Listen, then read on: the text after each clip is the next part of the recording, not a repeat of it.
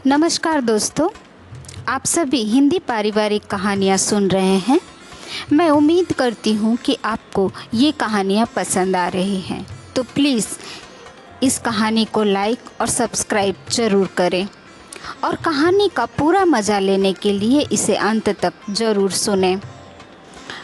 तो आइए सुनते हैं आज की कहानी। आज फिर तुम पे प्यार आया है। आज देव उस सज़ा से आज़ाद हो गया जो अपराध उसने किया ही नहीं बल्कि उससे करवाया गया था। इन 7 सालों में उसने उसका हंसता खेलता परिवार तो छीन ही गया था, उसका प्यार भी हमेशा के लिए उससे दूर चला गया। जब वह जेल से बाहर निकला तो उसका एक मित्र मनोज उसके स्वागत के लिए खड़ा था। कितना कहा उसने कि वह अपने घर न सही उसके घर चले, पर देव ने यह बोलकर जाने से इनकार कर दिया कि अब उसका अपना बचा ही कौन है इस शहर में जो वह यहाँ रहे। लेकिन यहाँ भी वह जहाँ भी जाएगा उसे ज़रूर बताएगा। टिकट लेकर जो पहली ट्रेन मिली उस पर चढ़ गया। वो कहाँ जाना है, क्या करना है, उसे कुछ पता नहीं था। बस निकल पड़ा एक अनजान रास्ते की ओर। छुप छुप करती ट्रेन अपनी पटरी पर सपाट दौड़ रही थी। अपनी बर्थ पर बैठा देव चुपचाप बस बाहर की ओर देखे जा रहा था। बाहर की भीगती हुई चीज़ें देखकर उसके आंखों से आंसू टपक पड़े। लगा उसकी ज़िंदगी से भी ऐसे ही सब कुछ पीछे छूटता चला गया है। वह कुछ न कर पाया।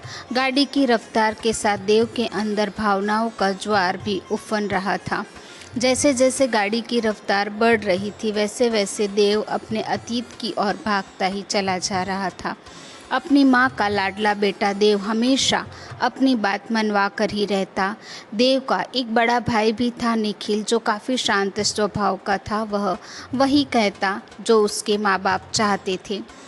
पढ़ाई में जरा कमज़ोर निखिल ने जहाँ बीए करते ही रेलवे में नौकरी पा ली, वहीं देव इंजीनियरिंग पढ़ने के लिए बेंगलोर चला गया। लेकिन देव के पापा की बड़ी इच्छा थी कि बड़ा बेटा न सही कम से कम छोटा बेटा तो डॉक्टर बन जाता। लेकिन देव को तो डॉक्टर की मोटी मोटी किताबें देखकर ही तबीयत खराब होने लगती थी। और जब उसके एक दोस्त के भाई ने, जो कि मेडिकल की पढ़ाई कर रहा था, बताया कि मोटी मोटी किताबों के साथ साथ उसे मेंढक और मरे हुए इंसान के शरीर की चीरफाड़ भी करनी पड़ती है, तो सुनकर ही उसे चक्कर सा आने लगा। और उसी वक्त उसने प्रण कर लिया कि चाहे जो भी हो जाए वह डॉक्टर तो कभी भी नहीं बनेगा। आखिर देव के माता पिता को उससे जिद के आगे झुकना ही पड़ा और उसे इंजीनियर पढ़ने के लिए बेंगलोर भेज दिया।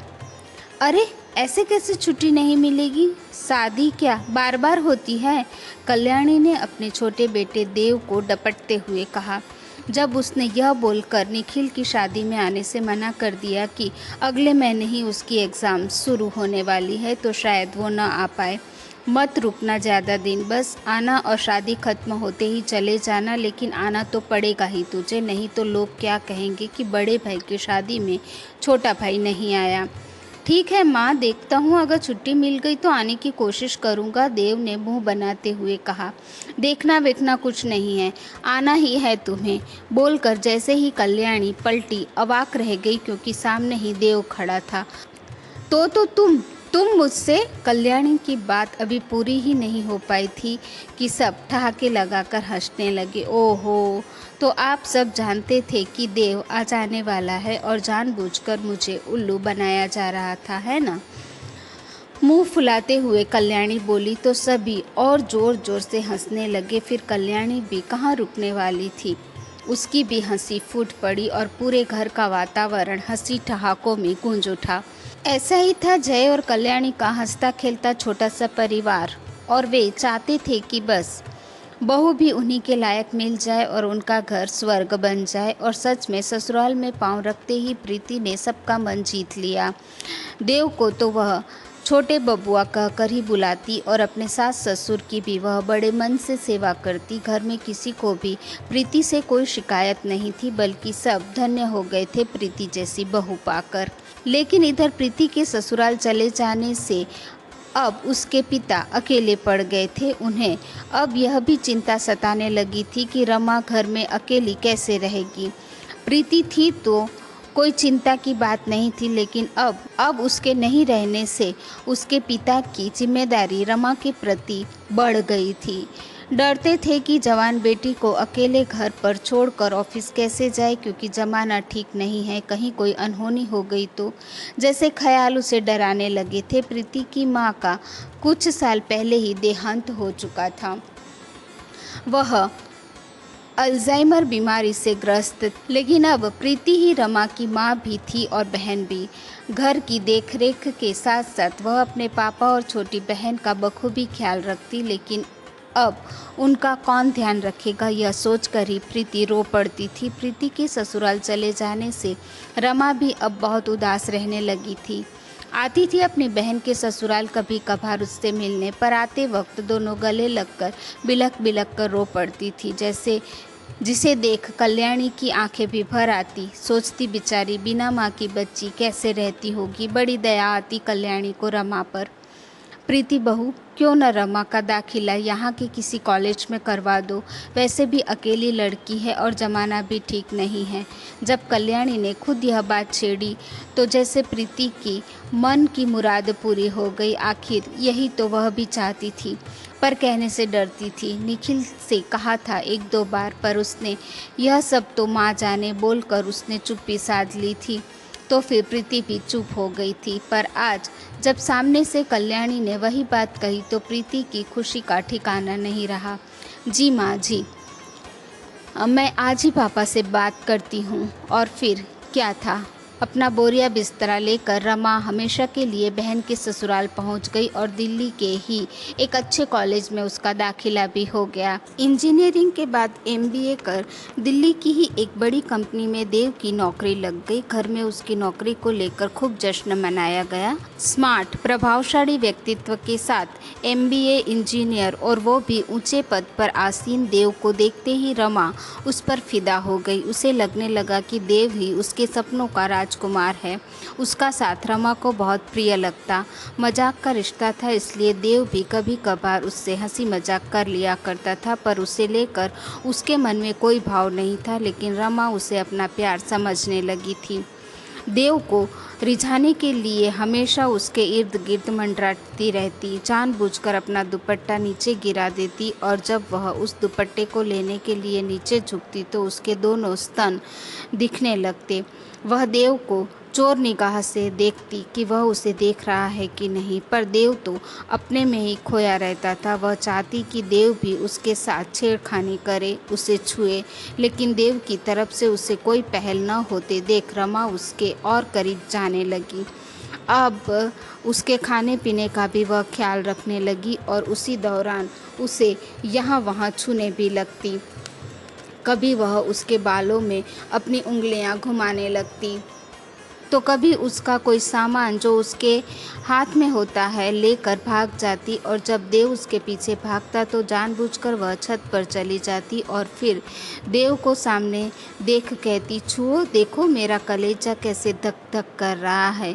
कहकर वह उसका हाथ अपने सीने पर रख देती। उसके ऐसे आचरण से घबरा कर देव वहाँ से भाग खड़ा होता।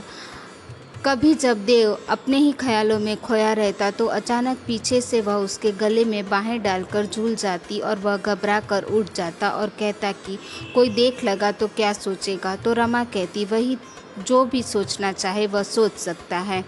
बोलकर वह खिलखिलाकर हंस पड़ती और देव उसे देखकर सोचने लगता कि कैसी पकाऊ लड़की है ये। देव ने कभी उसे उस नज़र से देखा ही नहीं, पर वह थी कि उसके पीछे ही पड़ी हुई थी। कभी कभी तो वह देव के कमरे में भी आकर जम जाती और फिर देर रात तक बैठी ही रहती। हार कर देव को कहना पड़ता, भाई जाओ अपने कमरे में। अब तो वह यह बोलकर देव से चिपक जाती कि क्या हर्ज है अगर आज रात वह उसके कमरे में ही सो जाए तो, और अगर मुझसे कोई शरारत हो गई तो। चिढ़ते हुए देव कहता, तो डरता कौन है आपकी शरारतों से, करके देखो तो एक बार।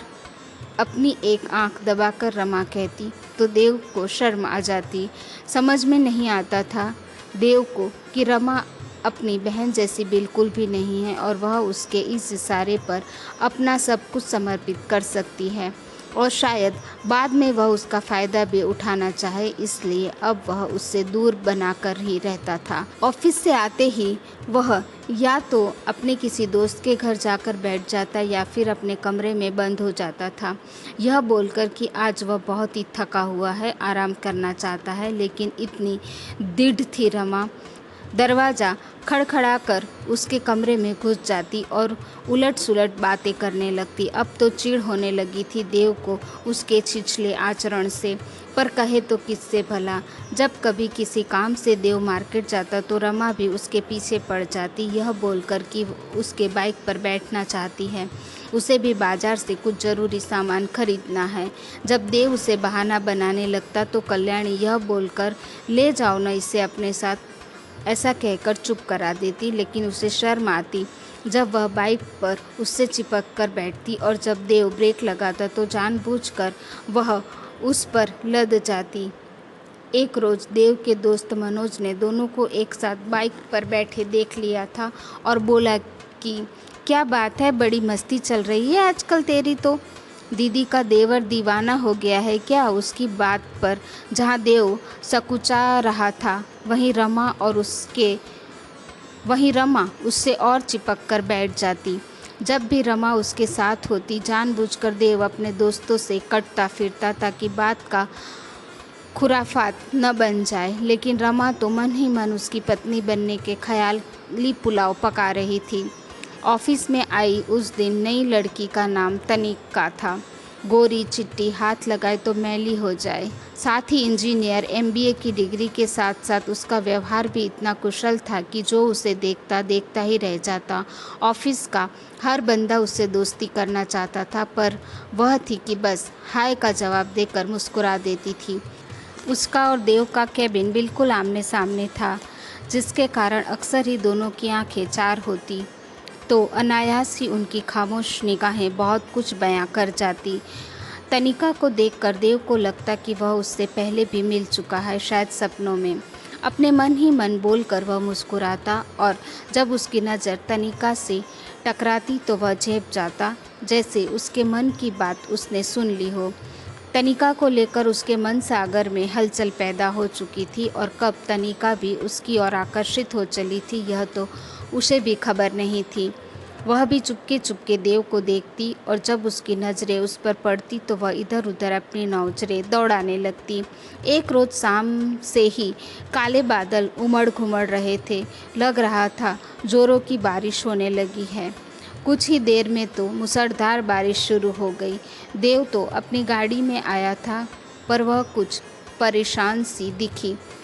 पता चला कि वह ऑटो का इंतज़ार कर रही थी। कोई बात नहीं जी, आप मेरे साथ मेरी गाड़ी में चलिए, मैं आपको आपके घर तक छोड़ दूंगा, देव ने कहा तो तनिका थोड़ी सकुचाई, पर फिर उसकी गाड़ी में जाकर बैठ गई। बातों बातों में ही पता चला कि तनिका इलाहाबाद से है और वह यहाँ 2 कमरों का एक घर लेकर कुछ लड़कियों के साथ रह रही है। अरे वाह, फिर तो आप मेरी पड़ोसन हुई।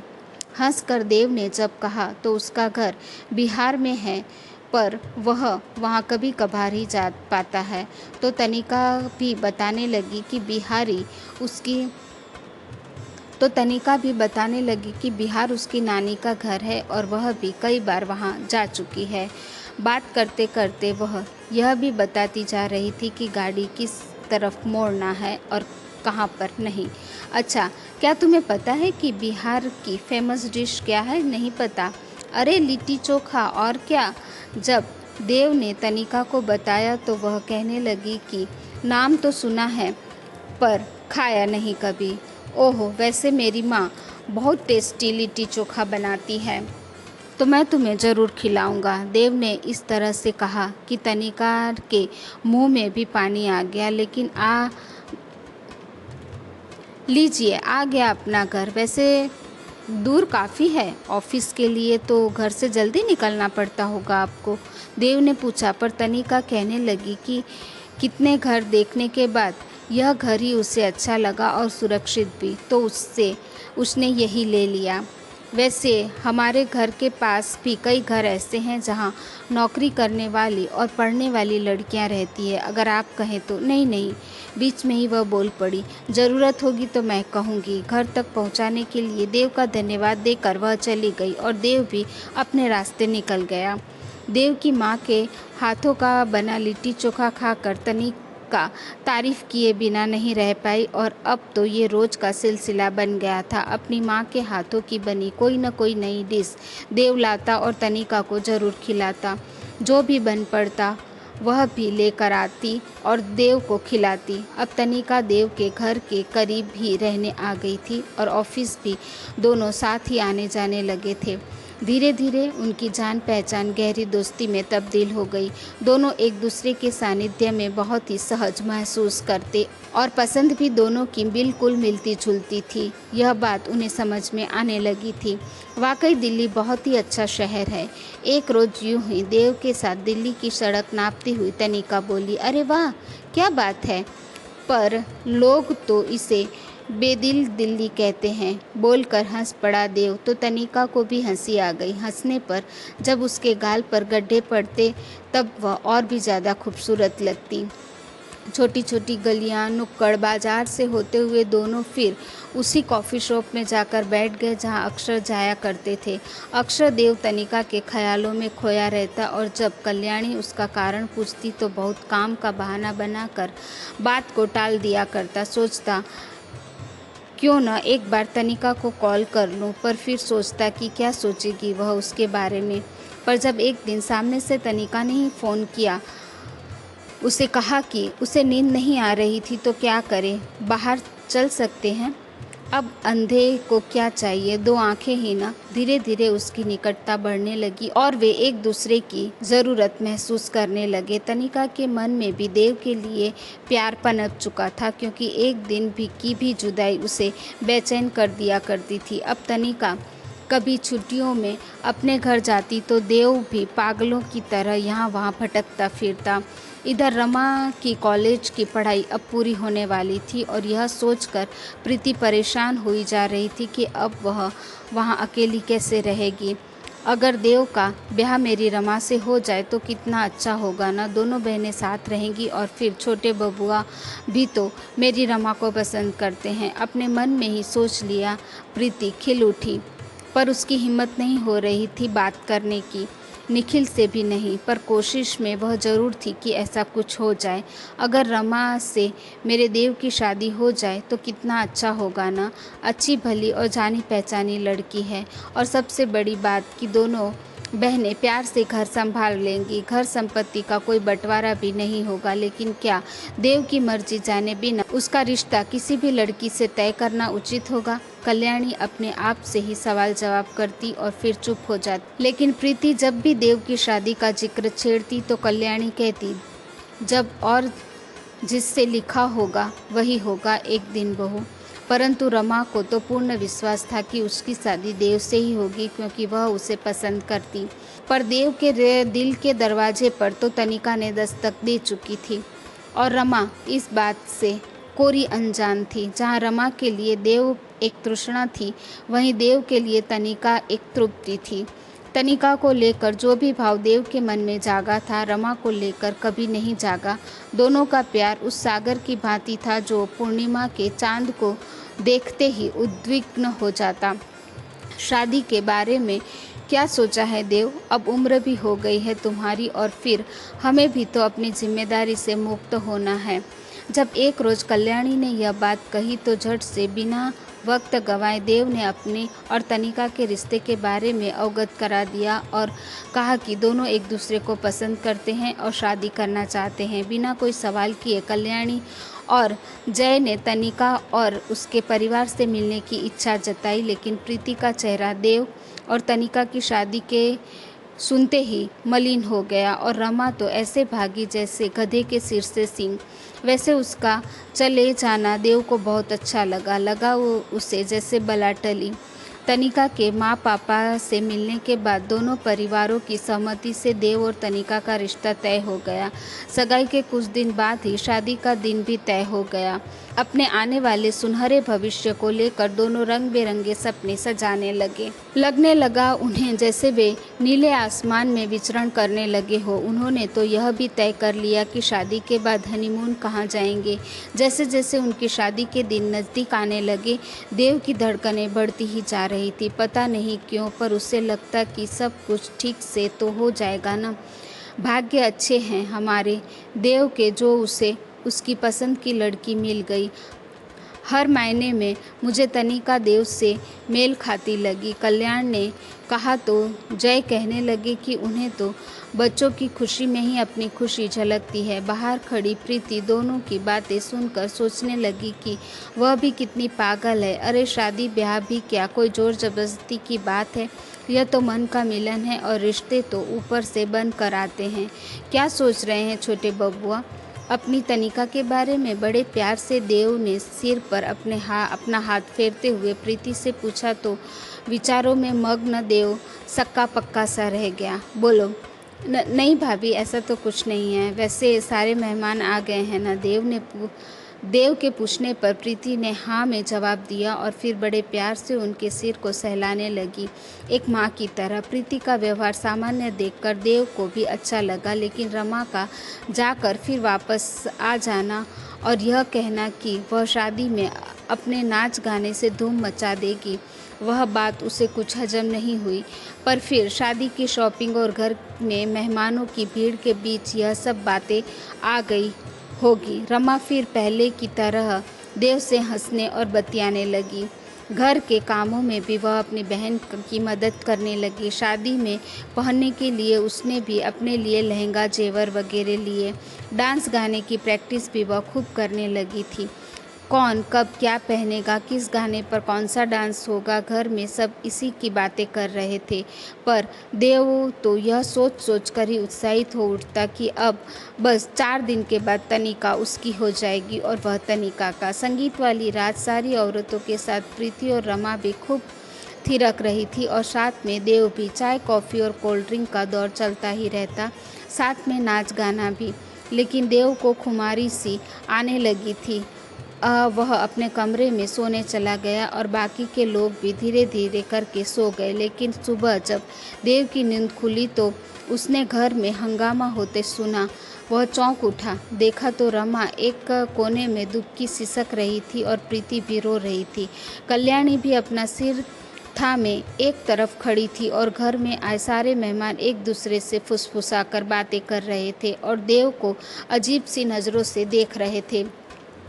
कुछ समझ नहीं आ रहा था देव को, यह सब क्या हो रहा है, तो उसका सिर क्यों इतना भारी भारी सा लग रहा है। लेकिन जब तक वह कुछ समझ पाता, पुलिस उसे रमा के बलात्कार के केस में हथकड़ी लगा कर ले जा चुकी थी। कहता रहा कि उसने रमा का रेप नहीं किया है और उसको कोई गलतफहमी हुई है। लेकिन इंस्पेक्टर ने कहा कि रिपोर्ट के अनुसार बलात्कार हुआ है और देव ने ही किया है और उसका माथा घूम गया कि यह कैसे हो सकता है। कहीं ऐसा तो नहीं कि नींद में मैंने रमा को तनिका समझकर।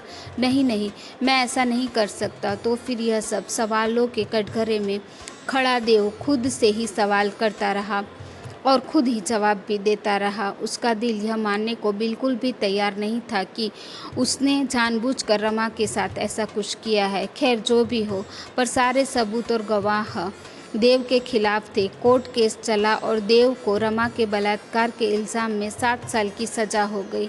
इधर बेटे के गम में कल्याणी को हार्ट अटैक आ गया और अस्पताल पहुंचते पहुंचते ही उसकी मौत हो गई। कुछ महीने बाद ही जय भी इस दुनिया को छोड़कर चले गए। पूरा घर तितर बितर हो गया। क्या होना था और क्या हो गया। एक हंसता खेलता परिवार बिखर गया। निखिल भी अपने परिवार के साथ दिल्ली छोड़कर कहीं और रहने चला गया।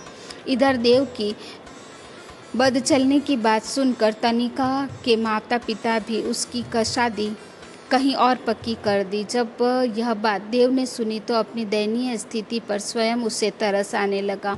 सोचता, सज़ा न मिलकर उसे फांसी मिल गई होती तो अच्छा होता, क्योंकि यह अब बचा ही क्या है उसकी ज़िंदगी में। रमा के साथ बलात्कार की बात याद कर कोसता अपने आप को। मन करता उसका कि खूब चीखे चिल्लाए और कहे कि उसे फांसी पर लटका दिया जाए, क्योंकि अब उसे जीने का कोई हक नहीं है। अपने दोस्त मनोज को याद करके वह रो पड़ता और सोचता, शायद वह भी मुझसे घृणा करने लगा है, नहीं तो क्या एक बार भी मुझसे मिलने नहीं आता। लेकिन उस रोज़ मनोज आया उससे मिलने, और जो उसने बताया सुनकर देव के पैरों तले से ज़मीन खिसक गई। बताने लगा कि देव गलत नहीं है, बल्कि उसे फंसाया गया है और यह सब रमा ने ही किया है। पर तुम्हें यह सब कैसे पता चला? देव के पूछने पर मनोज ने कहने लगा कि एक दिन जब किसी काम से वह उससे के घर गई, तब रमा को प्रीति से कहते सुना, देख लिया ना दीदी मुझे ना कहने का अंजाम। अरे मैं उस देव से प्यार करती थी, सच्चा प्यार, और उस तनिका से शादी करने के सपने देख रहा था। तो बताओ मैं उसे कैसे बर्दाश्त कर पाती। पहले तो यह सुनकर मैं घर वापस चली गई और बहुत रोई। फिर लगा जो मेरा नहीं हो पाया है मैं किसी और का भी कैसे होने दे सकती हूँ भला। बस उस दिन ठान लिया मैंने कि मुझे क्या करना है। क्या किया तुमने? आश्चर्य से प्रीति बोली। प्रीति के पूछने पर पहले तो वह हंसी, फिर कहने लगी कि उस संगीत वाली रात उसने देव की कॉफ़ी में नशे की गोलियां मिला दी, और जब घर में सब सो गए तब वह किसी तरह देव के कमरे तक आई और फिर खुद ही अपने सारे कपड़े उतार दिए और वह सब करवाया उसने देव से जो चाहा। नशे में धुत देव को होश कहाँ था कि वह कहाँ है, क्या कर रहा है और फिर क्या हुआ, वह तो आप सबको पता ही है दीदी। अपने मुंह से अंगारे उगलती हुई रमा ठहाके लगाकर हंसने लगी और प्रीति भाभी हतप्रभ उसे देखने लगी और उसे विश्वास ही नहीं हो रहा था कि देव की बर्बादी के पीछे रमा का हाथ है। अपनी बहन के गालों पर तड़ातड़ थप्पड़ बरसाती हुई प्रीति भाभी कहने लगी, क्यों क्यों किया तुमने ऐसा? सिर्फ बदला लेने के लिए बर्बाद कर दिया मेरे हंसते खेलते परिवार को तुमने, सिर्फ अपनी जिद के कारण। अरे देव तो तुम्हारी इज्जत करता था, और तुमने, अगर निखिल को इस बात का पता चल गया ना तो वह मुझे अपनी ज़िंदगी से बेदखल कर देगा। रमा बताओ क्यों तुमने ऐसा किया? बोलकर प्रीति भाभी वहीं नीचे बैठ गई और अपना सिर पकड़कर जोर जोर से रोने लगी। फिर बोली, गलती मेरी थी जो मैंने तुम्हें अपने घर में रखा। अगर तुम पर दया करके मैं तुम्हें यहाँ न लाई होती न रमा, तो आज हमारा परिवार हमारे साथ होता। बोलकर भाभी फूट फूट कर रो रही थी, लेकिन उस कमीनी रमा को अपनी बहन पर भी जरा भी दया नहीं आई। बोली, हाँ तो क्यों बुलाया मुझे? और निखिल जीजा जी को बताएगा कौन? तुम तो बता दो, मुझे किसी से कोई डर वर नहीं है, और ऐसा करके तुम अपनी गृहस्थी खुद खराब करोगी, कहकर उसने अपना मुंह फेर लिया। प्रीति भाभी को विश्वास नहीं हो रहा था कि वह अपनी सगी बहन से बात कर रही है। उसी वक्त उन्होंने रमा को अपने घर से धक्के देकर बाहर निकाल दिया और कहा कि वह उसका मरा मुंह भी नहीं देखना चाहती। सच सुनकर देव के पैरों तले से जमीन खिसक गई। तो रमा ने यह सब जानबूझकर किया, सिर्फ मुझसे बदला लेने के लिए। उसने मेरा पूरा परिवार तबाह कर दिया। कह देती एक बार तो मैं तनिका से मिलना भी छोड़ देता, पर वह ऐसा जुल्म तो न करती हमारे साथ, कहकर देव फूट फूट कर रोने लगा। ओ भाई, उतरना नहीं है क्या? यह आखिरी स्टेशन है। एक यात्री की आवाज़ से देव चौंक पड़ा और यादों के भंवर से बाहर निकला। पूछने पर कि कौन सा स्टेशन है तो वह आदमी ने बताया कि यह अहमदाबाद स्टेशन है। गाड़ी से उतरते हुए सोचने लगा, देव की इतनी जल्दी रास्ता तय हो गया। काश यह ट्रेन यूं ही चलती रहती, वह पूरी उम्र इसी ट्रेन में गुजार देता। ट्रेन से उतरते ही अपने वादे अनुसार सबसे पहले उसने एसटीडी से अपने दोस्त को यह बताने के लिए फ़ोन घुमा दिया कि वह अहमदाबाद पहुंच चुका है।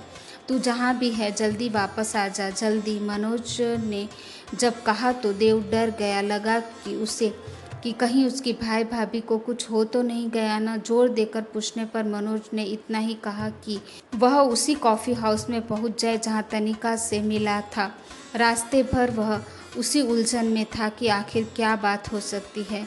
जो सफ़र कुछ देर पहले उसे छोटा लग रहा था, वही रास्ता उसे अब लंबा लगने लगा। कॉफ़ी हाउस पहुंचते ही जब उसकी नज़र तनिका पर पड़ी तब वह हतप्रभ हो गया। तुम, मुझे विश्वास नहीं हो रहा था कि जो वह देख रहा है वह सच है।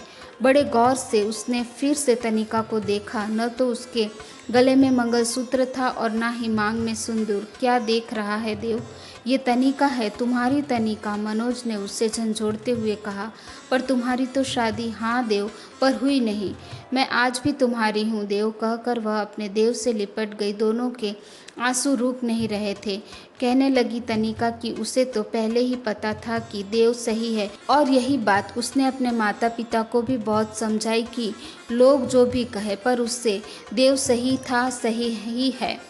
रही बात शादी करने की, तो मंडप तक गई भी, पर फिर वह बोलकर उठ गई कि उसकी सगाई यानी आधी शादी हो चुकी है देव से, तो फिर कैसे वह किसी और के साथ शादी कर सकती है।